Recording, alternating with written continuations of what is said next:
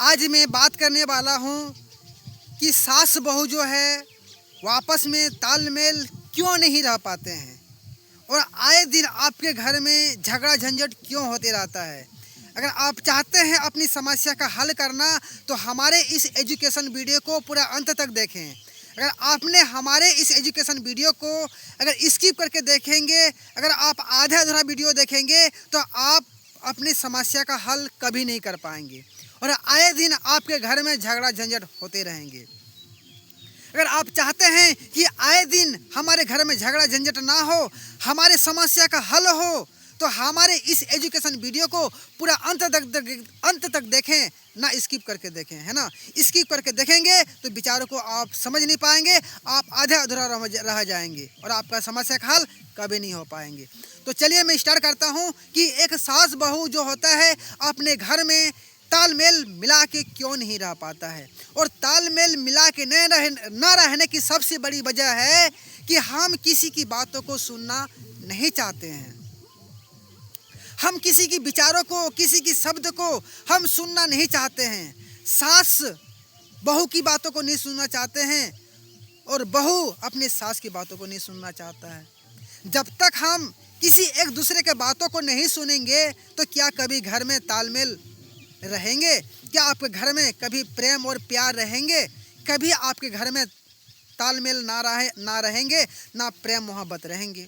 क्योंकि आपको जो है ना एक दूसरे का बात को सहना ही पड़ेगा, एक दूसरे का बात को सुनना ही पड़ेगा। अगर आप अपने घर में चाहते हैं, धन संपत्ति चाहते हैं, प्रेम प्यार चाहते हैं, तो एक दूसरे को बात को सुनना ही पड़ेगा। बात को सुनो। कहता है कि बात हर एक लोगों का सुनो, लेकिन काम अपने मन से करो, काम अपना मन की करो, है ना। तो आपको बात सुनना है पर काम करना है अपनी मन की बातों का। आपके मन क्या कहता है, आपका मन क्या करना चाहता है, आपकी मन की विचारों को जांच। आपकी देखो, आप जब मन की बातों से जब करना चालू करेंगे तो आपको मन की विचारों को जांचना भी पड़ेगा। जब तक आप मन की बातों को जांचेंगे नहीं कि ये कार्य जो मैं करने वाला हूँ अगले लोगों को क्या नुकसान पहुँचेगा, क्या फ़ायदा पहुँचेगा, इस बात को भी तो जानना पड़ेगा। तभी तो आप मन की बात से अपने कार्य को करेंगे। तो अपने मन के बातों से कार्य करने से पहले उस कार्य को जांचें भी कि कहीं अगला को इस कार्य से कोई नुकसान तो नहीं पहुँचने वाला है, कोई दर्द तो नहीं पहुँचने वाला है। क्योंकि इस संसार में कोई भी इंसान दर्द के साथ में जीना नहीं चाहता है, कोई भी इंसान दर्द लेना नहीं चाहता है। हर कोई चाहता है प्रेम और प्यार। क्योंकि जब अल्लाह ईश्वर गॉड को इस धरती में इंसान को भेजने में दर्द ही नहीं हुआ तो आपको किस बात की दर्द हो रहा है? एक बातों से, एक विचारों से। अगर विचारों से अगर दर्द हो रहा है तो भगवान भी इस बात को सोच रहा होगा कि अगले जन्म में तुझे दूंगा ना तो गूंगा ही दूंगा, तुझे बोलने का शक्ति नहीं दूंगा। क्योंकि तुमने जो है ना बातों को सहने का शक्ति नहीं है, तुम्हारे अंदर में विचारों को सहने की शक्ति नहीं है, तुझे गूंगा जन्म दूंगा। भगवान भी इस बात को नोट कर रहा है। तो आज ही सुधारें अपने माइंड को, अपने आप को, खुद को सुधारें। आप एक दूसरे के बातों को सहने का शक्ति आपके अंदर में भगवान ने दिया है। अल्लाह ईश्वर गॉड ने आपको सहने की शक्ति दिया हुआ है आपके अंदर में। आप हर एक लोगों का बात को सह सकते हैं, विचार कर सकते हैं, उस बुरे विचारों को अच्छे विचारों में बदल सकते हैं। आपके अंदर में वो शक्ति है। अगर आप एक दूसरे के बात को सह नहीं पा रहे हैं तो 100% है कि भगवान भी, अल्लाह ईश्वर गॉड भी उस बात को नोट कर रहा है कि अगले जन्म जो देगा वो गूंगा ही देगा। और इस धरती में कौन गूंगा होता है? ज़्यादातर मनुष्य में तो बहुत कम होता है, वो जानवर ही होता है। तो आज आपने देख रहे हैं कि एक जानवर का क्या हालत होता है अगले जन्म में। अगर आप आज अच्छा कर्म के साथ जिएंगे, आप अपने बातों को आप जो है किसी की बात, विचारों को सहने की शक्ति रखेंगे, उस बातों को सहेंगे, तो भगवान भी सोचेगा इस व्यक्ति ने हर एक की विचारों को सहता है, हर एक के लोगों को बातों को सुनता है और उस बातों को सह भी जाता है। तो आपके अंदर में वो शक्ति भी देंगे अच्छाई करने का, अच्छा बनने का। तो एक दूसरे के बातों को सहने का शक्ति रखें। आप एक दूसरे के बातों में ना उलझें, ना झगड़ा करें। आप उलझ जा रहे हैं क्योंकि आप बातों में उलझ जा रहे हैं, आप सुनना ही नहीं चाह रहे हैं।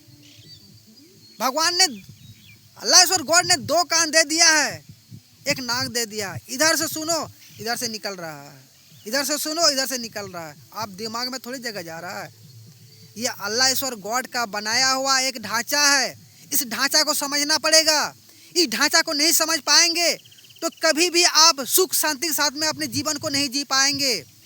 इस ढांचा को जब समझ जाएंगे ना, तो जीवन में कभी दुख तकलीफ के साथ नहीं जिएंगे। आप हमेशा सुख के साथ में जिंदगी जिएंगे। आपके घर में सिर्फ सुख ही सुख आएंगे, शांति ही शांति आएंगे, प्रेम ही प्रेम आएंगे आपके घर में। अगर इस चीज को समझ लिए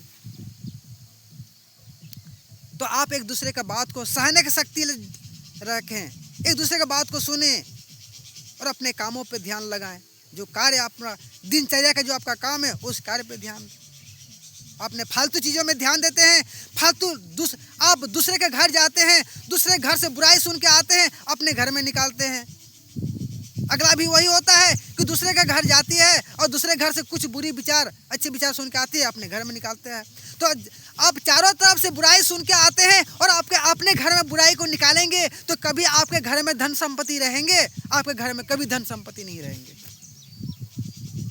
आपने दूसरे के घर से बुराई को लाया तो बुराई में आपको अच्छाई तलाश करना है कि उस बातों विचारों में सबसे अच्छी बात कौन सी है, जिससे कि हमारे परिवार में प्रेम, शांति, सुख फैला सकता है। उस विचारों को चुने और उस विचारों को अपने परिवार में बांटें, तभी तो आपके घर में सुख और शांति प्रेम बने रहेंगे।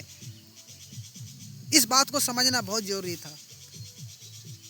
तो इस बात को आप समझें और अपने जीवन में, अपने परिवार में सुखी शांति लाएं, धन संपत्ति लाएं और अपने जीवन को सुखी शांति के साथ जिएं।